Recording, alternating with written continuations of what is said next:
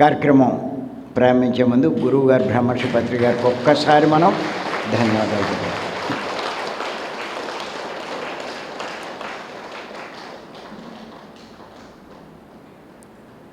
బాగా సంపాదించుకోవాలి, బాగా జీవించాలి, మంచి ఇల్లు ఉండాలి, ధనం ఉండాలి, మంచి సుఖాలు ఉండాలి, ఏసీలు ఉండాలి, కార్లు ఉండాలి. భూమి మీదకి వచ్చాక ఉంటాయి, కానీ అది కాదు మీరు చేయవలసింది. అవేమీ మీకు లాభించవు, వాటి వల్ల మీకేం ఉపయోగం లేదు. వాటి కోసం మీరు రాలా, వచ్చింది ఒకటి, చేస్తున్నది ఒకటి. ఒకటే గుర్తెట్టుకోండి, మీరు అక్కడ నిర్ణయించుకుని వస్తారు అంటే మీరు సాధించవలసింది, ఆత్మగా మీరు సాధించవలసింది, మీరు పొందవలసింది నిర్ణయించుకుంటారు. నిర్ణయించుకున్న ప్రకారం ఇక్కడ చేస్తే కనుక అది సాధించేస్తారు. ఆ ఎదుగుదల ఉంటుంది, ఆ ఉన్నతి ఉంటుంది. మళ్ళా వచ్చేటప్పుడు ఏం చేస్తారంటే కొత్తవి నిర్ణయించుకుంటారు. అవి అయిపోయినాయి, ఆ ఎదుగుదల అయిపోయింది, ఇంకొంచెం ఎదగడానికి ఇంకేం చేయాలో మళ్ళా వస్తారు, మళ్ళా నిర్ణయించుకుని వస్తారు. ఒకవేళ ముందు నిర్ణయించుకున్నది చేయలేదు, సాధించలేదు, ఏమవుతుంది అప్పుడు? అవే సాధించడానికి మళ్ళా ఇంకోటి జన్మ తీసుకోవాలి. 10th ఫెయిల్ అయిపోయాడండి, ఏమవుతుంది? మళ్ళీ 10th కట్టాలి, మళ్ళీ పోయాడు, మళ్ళా కట్టాలి, మళ్ళా పోయాడు. ఏమంటారండి? బుద్ధి లేదురా, పిల్లలు పుట్టే వచ్చే వయసు వచ్చింది, ఇంకా 10th ఏట్రా? తిడతారా తిట్టరా? పైకి వెళ్ళాక అక్కడ కూడా అలాగే తిడతారు మనల్ని.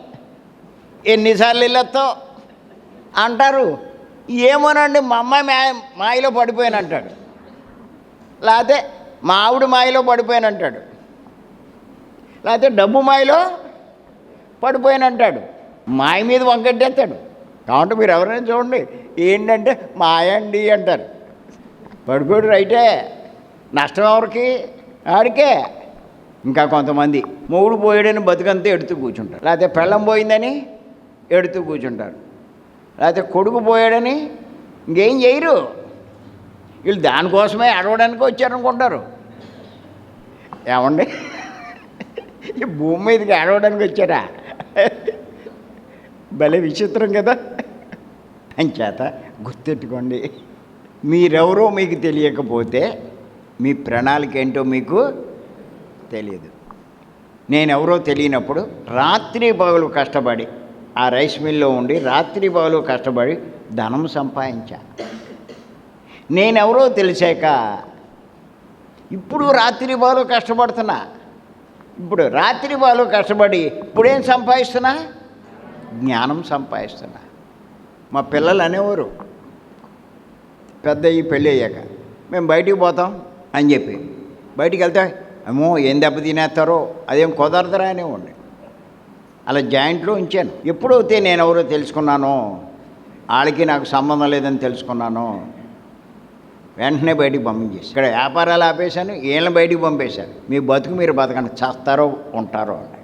వాళ్ళు ఉంటే నాకు ఆటంకం. మళ్ళీ అన్నీ చదవనిస్తారా, చేయనిస్తారా, ఏం చేయనిస్తారు? ఇంట్లో కూర్చుని గోడే కదా. కాబట్టి మీరు చూసుకోండి, ఇంట్లో అందరూ ఉంటే ఏం చేస్తామండి? ఏదో చచ్చి చెడి తెల్లారుజామున మటుకు 4-6:30 ఎవడు లేవడు కాబట్టి గొడవ లేదు, లేచారా మన పని అయిపోయినట్టే. ఇప్పుడు మా దగ్గరికి ఎవరు రారు, పిలిచినా మేము వెళ్ళట్లేదు, హాయిగా ఉంది. నిజంగా పిల్లలు కానీ మనవలు కానీ ఇదివరకు వస్తే సరదాగా ఉండేది, ఇప్పుడు చాలా బాధగా ఉంటున్నాయి. ఏదో చేసుకునేవాళ్ళం, చదువుకునేవాళ్ళం, వినేవాళ్ళం, అది వీలవ్వట్లేదు. అయ్యో పుస్తకాలు చదవాలి, అయ్యో వింటూ ఉండాలి.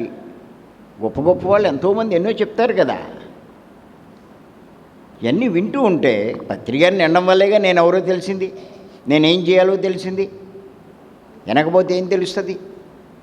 అలా వినాలి అందరినీ. ఇవన్నీ తెలుసుకున్నాం కాబట్టే ఇప్పుడు సాయిబాబా చెప్పిన దానికి అర్థం ఎంత లోతుగా తెలుసుకుంటున్నాం. ప్రతి మాట ఎంత లోతు అర్థం ఉందో నీ ప్రణాళిక అన్నది నువ్వెవరో తెలిస్తేనే తెలుస్తుంది అన్నాడు.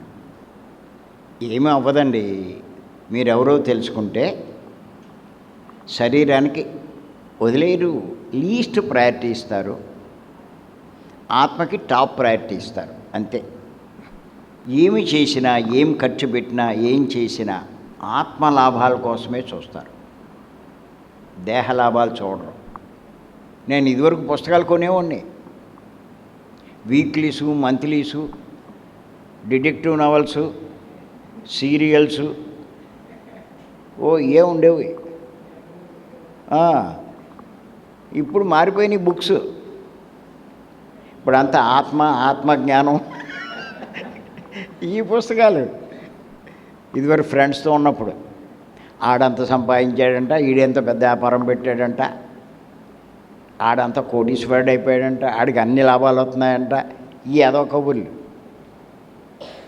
ఇప్పుడు మీలాంటి వాళ్ళందరితో కూర్చుంటే ఇలాంటి ఫ్రెండ్స్. ఇప్పుడు ఫ్రెండ్స్ మారిపోయారు, పుస్తకాలు మారిపోయినాయి, సేవలు మారిపోయినాయి, పనులు మారిపోయినాయి, మాటలు మారిపోయినాయి, ఆలోచన విధానం మారిపోయింది, అన్నీ ఆత్మవైపుకి వెళ్ళిపోయినాయి. ఎందుకు మారిపోయింది? నేనెవరో అదే సాయిబాబా వారు చెప్పేది కాదు. అంటే పిల్లల్ని వదిలేశాను అదేం కాదు, అన్నీ ఉన్నాయి, కానీ లీస్ట్ ప్రయారిటీ గుర్తెట్టుకోండి. అవసరాల వరకే. ఖాళీ సమయం కూడా వృధా చేసేవాళ్ళం. ఇప్పుడు ఖాళీ సమయాన్ని అస్సలు వృధా చేయడం అంటూ లేదు. ఇంకా పైగా ఖాళీ చేసుకుంటున్నాం. మీరు ఖాళీ సమయం ఉంటే చచ్చిలో దొరకదు, కానీ చేసుకోవాలి. ఇదివరకు వినోదయాత్రలు తిరిగేవాళ్ళం, తిరిగేవాళ్ళం బాగా. ఇందులోకి రాకముందే ఇండియా అంతా తిరిగి వచ్చాం. ఎన్నో రాష్ట్రాలు, ఎన్నో పుణ్యక్షేత్రాలు, ఎన్నో ధన్యమైపోయింది అనుకున్నాం. తర్వాత తెలిసాక, నువ్వు ఆత్మని తెలిసాక గడుగుడ్డ అంత దండుగా అని చెప్పి తెలిసి అప్పుడు ఆ క్షేత్రాలు తిరిగాం. ఇప్పుడు ధ్యాన క్షేత్రాలు తిరుగుతున్నాం. అప్పుడు వినోద కార్యక్రమాలు, ఇప్పుడు ధ్యాన కార్యక్రమాలు. మారిపోయింది లైఫ్. ఒక రకంగా యూ టర్న్ అంటారు, వీ టర్న్ కూడా కాదు. దేహము ఆత్మ రెండు ఇక్కడే ఉన్నాయి. ఈ దేహపరంగా నడిచే ప్రయాణం ఆత్మవైపుకి వచ్చేసింది. మీకు వస్తుంది, ఇప్పటికే చాలా తిరిగిపోయింది నాకు తెలుసు. మీ అభిప్రాయాలు, ఆలోచనలు, మీ ప్రాముఖ్యతలు అన్నీ. ఏదైనా ఖర్చు పెట్టానుకోండి, వెంటనే ప్రశ్న వేసుకుంటా, ఇది దేహానికి లాభమా, ఆత్మకి లాభమా? దేహానికి లాభం అవుతే లీస్ట్ ప్రయారిటీ, ఆత్మకి లాభం అవుతే టాప్ ప్రయారిటీ. తెట్టుకోండి. నిన్ను నువ్వు తెలుసుకున్నప్పుడే భూమి మీద నీ ప్రణాళిక ఏంటో నీకు తెలుస్తుంది. అంతకుముందు ఏమనేవాడిని? సంపాదించడం, కుటుంబాన్ని పోషించడం, అదేగా నా బాధ్యత. ఆత్మ నేనని తెలిసిన తర్వాత ఆత్మకార్యాలు చేయడమే నా బాధ్యత. ఎంత మార్పు అండి! కానీ ఖచ్చితంగా నేను చెప్తున్నాను, ఇలా మీరు వచ్చే కొద్దీ ఏమవుతుందంటే మీలో చాలా మార్పులు వస్తాయి.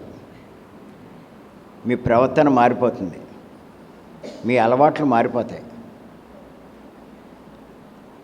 మీ ప్రాముఖ్యతలు మారిపోతాయి, మీ మాటలు మారిపోతాయి, మీ పనులు మారిపోతాయి.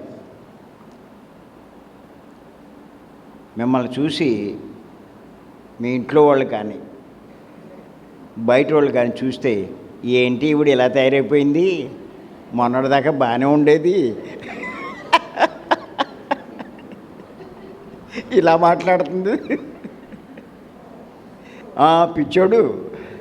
ఒకటే గుర్తుపెట్టుకోండి, మిమ్మల్ని ఇతరులంతా ఎంత ఎక్కువ పిచ్చోడు అంటే మీరు ఆధ్యాత్మికంగా అంత ఎదిగినట్టు.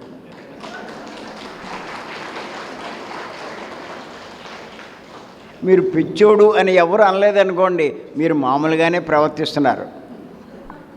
ఆధ్యాత్మికంలో కొంచెం కూడా ఎదిగినట్టు కాదు, గుర్తెట్టుకోండి.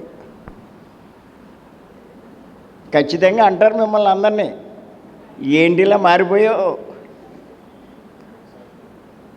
మాకు తెలిసిన వాళ్ళంతా అనుకుంటున్నారు, వాళ్ళంతా బాగా అనుకుంటున్నారు కాబట్టి నేను బాగా ఎదిగినట్టు. మొదట్లో అలా అనుకునేవారు, నేను పిచ్చోడని. కానీ ఇప్పుడు అలా అనుకోవట్లా, ఆడే రైటు మందే రాంగ్ అని. మనం ధ్యానం చేయలేకపోతున్నాం, కూర్చోలేకపోతున్నాం, వాళ్ళు చేస్తున్నారని. సామాన్యమైన విషయం కాదండి. కళ్ళు మూసుకుని కూర్చోవడం అంటే అంత తేలిక. అందులో ఇన్నేసి గంటలు కూర్చోవడం అంటే మామూలు విషయమా? వాచిపోద్ది.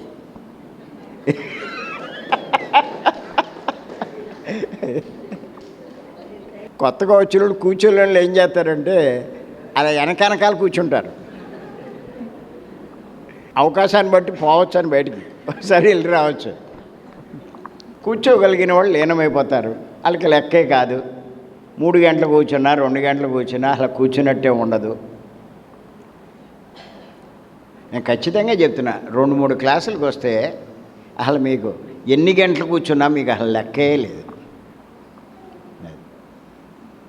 అందులో మన జూములో కంటిన్యూ జూమ్కి వచ్చిన వాళ్ళు రోజు 2.5 గంటలు కూర్చుంటున్నారు. ఇక్కడ పెద్ద 3 గంటలు కూర్చోవడం లెక్కే ఉందండి. కళ్ళు మూసుకుంటారు, వీడియో ఆన్ చేసి మళ్ళీ ఓకే చెప్తే అప్పుడు తెరుస్తున్నారు. నేను చేత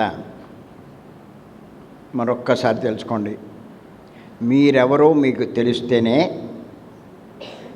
భూమి మీద మీ ప్రణాళిక ఏంటో మీకు తెలుస్తుంది.